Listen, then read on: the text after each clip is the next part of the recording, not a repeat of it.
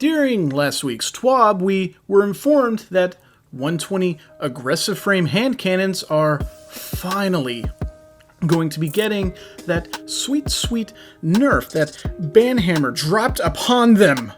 Well, not really, they're getting a slight range nerf, but they are going to be less effective at crazy ranges. Right now, they kind of act like scout rifles, and they're too much. They're just so much right now. And at this rate, now they're going to be 140s and 180s will be a little bit more competitive against these 120 hand cannons. As the TWAB states, aggressive hand cannons are very dominant in PvP, and we've received enough feedback that we want to rein them in a bit without completely taking away their range benefits. These weapons will now have damage and aim assist fall-off distance reduced between 2 and 4 meters based on the range stat. This roughly halves the range buff they received in Beyond Light. So, all of that to say, they're still going to be good, they're just not going to be as good. And I, for one, am super excited about this. Of course, we got the Adept Palindrome a couple of weeks ago, and I'm excited to be able to use this in competitive activities a little bit more than, these 120s. And now, mind you, I've had a God Roll True Prophecy for a long time. It's got rangefinder and explosive payload. And mind you, that explosive payload is actually going to be very important, as explosive payload intrinsically means that it will not have damage fall off. It'll still have a problem with the aim assist cone and all that, but it's still going to be able to reach those pretty crazy ranges. And with rangefinder, that's just an added benefit. Now, I didn't want to make this entire video just about 120s, though that is, honestly for me, being more of a PvP player, that's something that excites me a little bit more.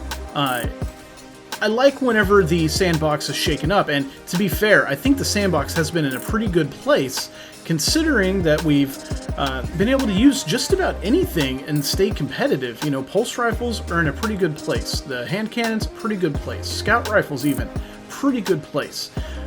It's just those 120s that remain at the top of the charts, and you see it every week looking at the Trials report and the Crucible report. They're just the most used weapons in the game, and we've had the Steady Hands and the True Prophecies, which hasn't been getting used quite as much, but then the Bottom Dollars now and the Igneous Hammers.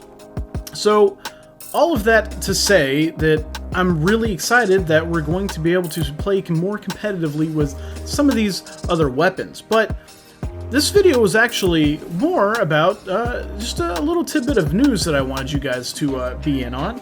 And that is, we did just get Iron Banner at reset yesterday, and I just wanted to let you guys in on a little secret. If you keep your Iron Banner bounties, the 4 bounties that you can pick up on all of your characters, then you can turn those in at the beginning of the season, hypothetically, unless they tell us that they're going to get rid of them at some point, which they may very well do that, and, a little bit of warning will go a long way, but if not, then that means that you'll be able to turn these in at the beginning of the season, after the Iron Banner reset, and maybe get a couple of these new weapons, potentially, I'm hoping, if they're added to the loot pool. We know that the Finite Impactor is coming back. That's exciting. That's another 140. It's an Arc 140. It was really good in Year 1 of Destiny 2. We have the Occlude Infinity. I can't remember what it's called. It's an aggressive frame arc sniper rifle. And being an aggressive arc sniper rifle, I'm hoping that this is going to be a viable replacement for the Tatera Gaze, which was one of my favorites in the game. But then we also have a new LMG and a new shotgun. So it'll be interesting to see what comes from that. And again, if you hang on to those bounties, that means that if you do all four bounties on all of your characters, then potentially you can get up to 12 rolls. Now, I did mess up in the beginning because I got a little trigger happy. I got my 4 bounties done on my hunter, and then I went and immediately opened one just because I get so carried away. But it was actually okay because it actually gave me this Steady Hand, which, even though they're getting nerfed, this is the first decent Steady Hand I've ever gotten. And it's got high caliber rounds, moving target, and snapshot sights. And let me tell you, This has been really nice so far. I've been using it for basically one play session, and I've gotten, I think, 80 kills on it so far. It's really good. It feels really good. It's got really good target acquisition. It feels really sticky. I really, really like this hand cannon. That being said, I'm more excited to dust off that Palindrome Adept that I just got a couple of weeks ago with the Quick Draw Rangefinder. And yes, Quick Draw is going to be receiving a little nerf, but it's still going to be very viable. You're still going to be able to pull your weapon out quicker, and you know, if you're a hunter and you're running like Dragon Shadow and you dodge and get all your handling and stuff up, it's, you know, anything. You can also use the hand cannon targeting, which most people use anyways, and that's going to help you with your ADS speed, and it's really going to be fine, I think. A lot of people that are kind of freaking out about all of this, the quick draw nerfs, and at first I was like, you know, yeah, it's not really necessary, I think, since they are removing quick draw from Astral Horizon and Fellwinters. Those are the two problem childs, the problematic children, and I think that, for myself, I think that the nerf it's okay. You know, this makes people use some other things. You know, maybe people, if they want a more consistent weapon, maybe they try to use Elemental Capacitor, or they try to use Surplus more, which, to be fair, the reason they added Surplus to the game was to incentivize people to not spam their abilities so much, but it's just not good enough to use over something else. Well, now maybe this will ring it in a little bit, and people will maybe start using it a little bit more. As we know, Surplus is going to replace Quick Draw on the Fellwinters and Astral Horizons. That's for all roles that you currently have and all future roles that you will get.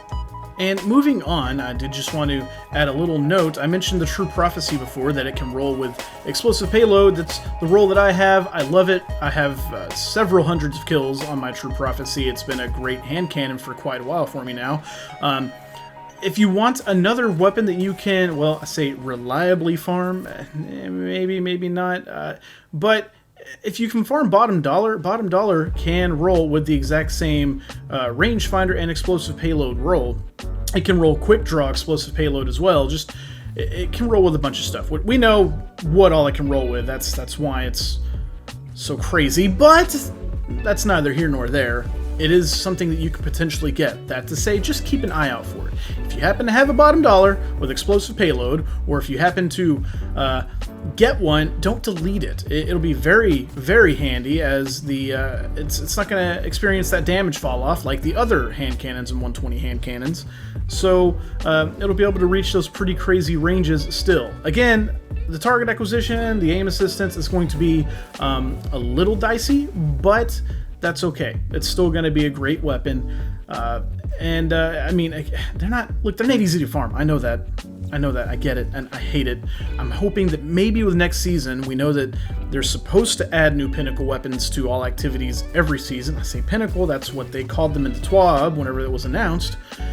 I know that's not actually what it is, but, you know, I think that hopefully if they add some other weapons next season for those activities, which I'm super excited about as well, then maybe the Bottom Dollar will be a little bit more accessible. We know that the Crowd Pleaser is still in the loot pool. They didn't take it out, and the same goes for the Stars and Shadow. You know, those are still in the loot pools, so we know that, or at least we assume that the Trinary System and the Bottom Dollar will also be in the loot pools. I'm just hoping maybe they kind of up the chances for it now. I don't know. We'll see. Either way, I'm super excited for next season. Just some tips in this video, guys. That's really all I wanted to do. You know, keep a lookout for Bottom Dollar. If you have Iron Banner bounties, do not claim them yet unless you're just trying to reach Pinnacle for some reason. We've only got a few weeks left in the season. This time next week, I believe, we will be playing Guardian games. You know, we're going to go for some more crazy loot. The catalyst for the Heir Apparent, which, you know, it could be pretty cool. A little, you know, spicy Heir Apparent action. Otherwise, guys, that's really going to be it for me. I'm just going to let this video play out. This is me using that new pretty godly steady hand that I told you guys about before. I'm pairing that with the Aikilo CQC shotgun. I really, really like this shotgun. Quick draw snapshot sights. So, all of that to say, guys, I appreciate you for checking out the videos, and as always, Godspeed, my friends.